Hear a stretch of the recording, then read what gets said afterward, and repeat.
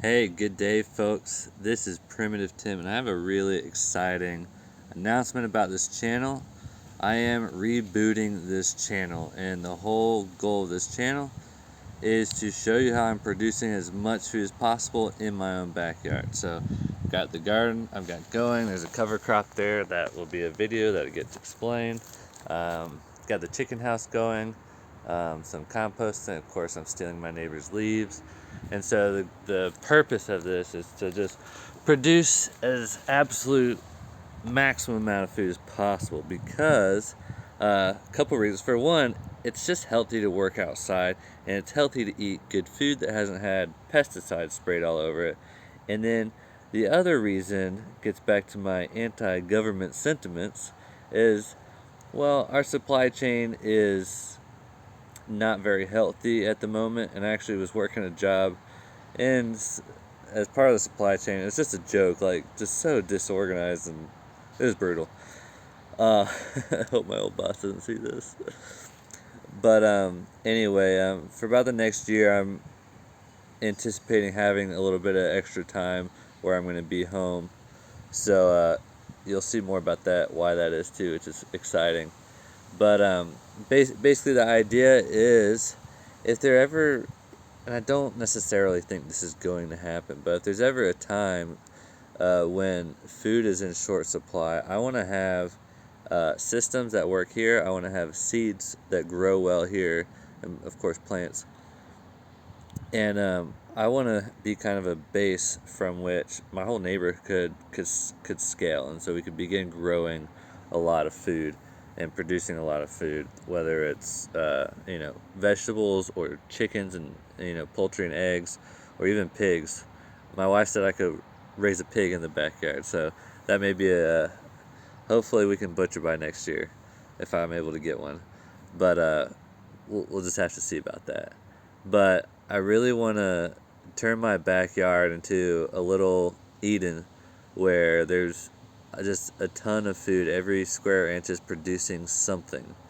And I'm in North Florida here, and it's kind of in between the temperate and the tropical climate, so it's kind of a weird spot. But there's a lot of things you can grow, so I'm getting started on it, and I'm trying to take concepts that are found in nature, like if if I go out into a savanna or to a grassland or into a forest, how are these ecosystem types being productive, and why are they so productive? So I'm taking the concepts that are found in the created world around us that really takes no effort to do anything. You don't really tend a forest; it grows.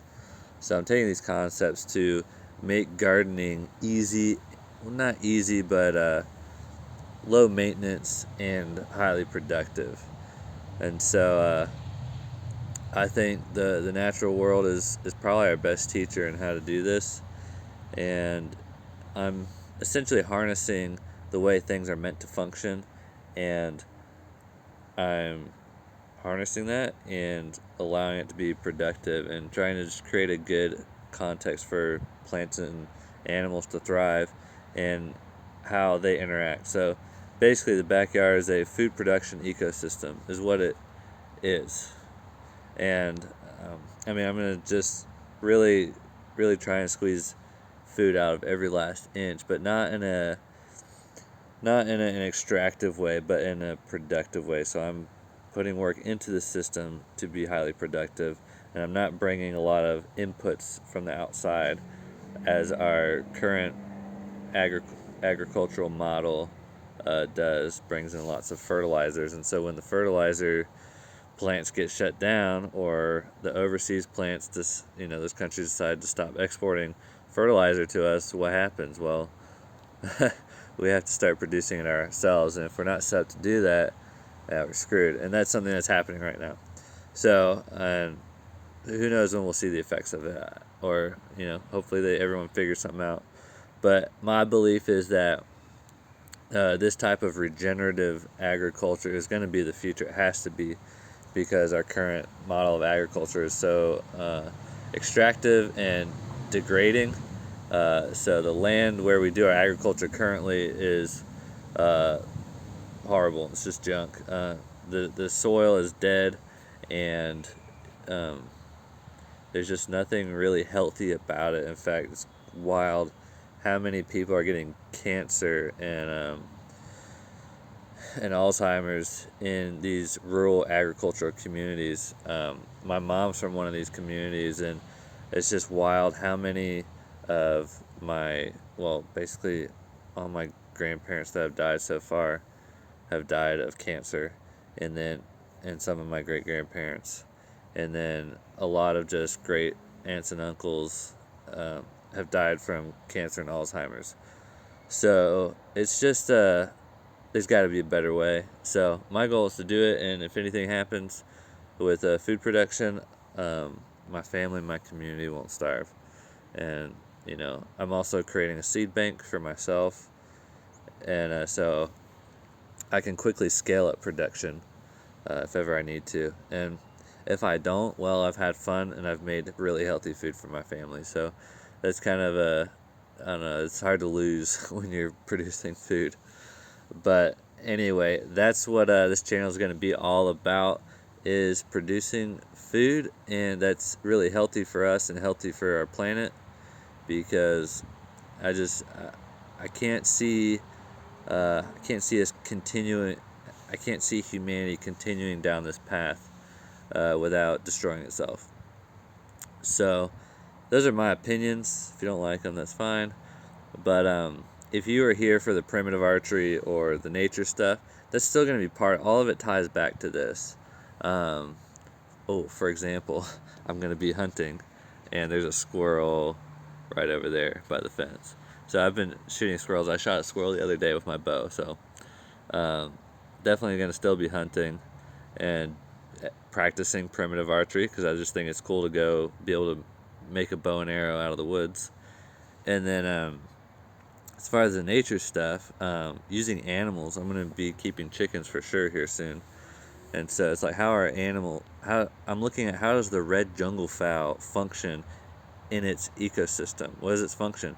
And so how do I capture that unique ability of the chicken and allow the chicken to express itself in a productive way in my own backyard? And so like knowledge of ecology of wildlife, because every domestic animal has or had a wild counterpart. So chickens, they are the red jungle fowl essentially. And so these are all things I'm looking at and trying to understand better and experimenting with. And so my approach to everything is, how is the wild form of this? How is it productive? What kind of context does it thrive in? And so I'm just trying to create that context for these animals in a way that is synergistic and produces more than the sum of the whole. So that's a lot of words. I'm pretty impressed I didn't jumble everything up, but yeah, so that's what I'm doing. And I'm going to be looking at how did our ancestors grow stuff, just the whole thing. Also, I'm sprouting a lot of tree seeds. Man, I love growing trees. So I've got stuff in there, and then this garden, I got greens and all kinds of good stuff in there. Oats, potatoes, yeah, some good chia and lentils.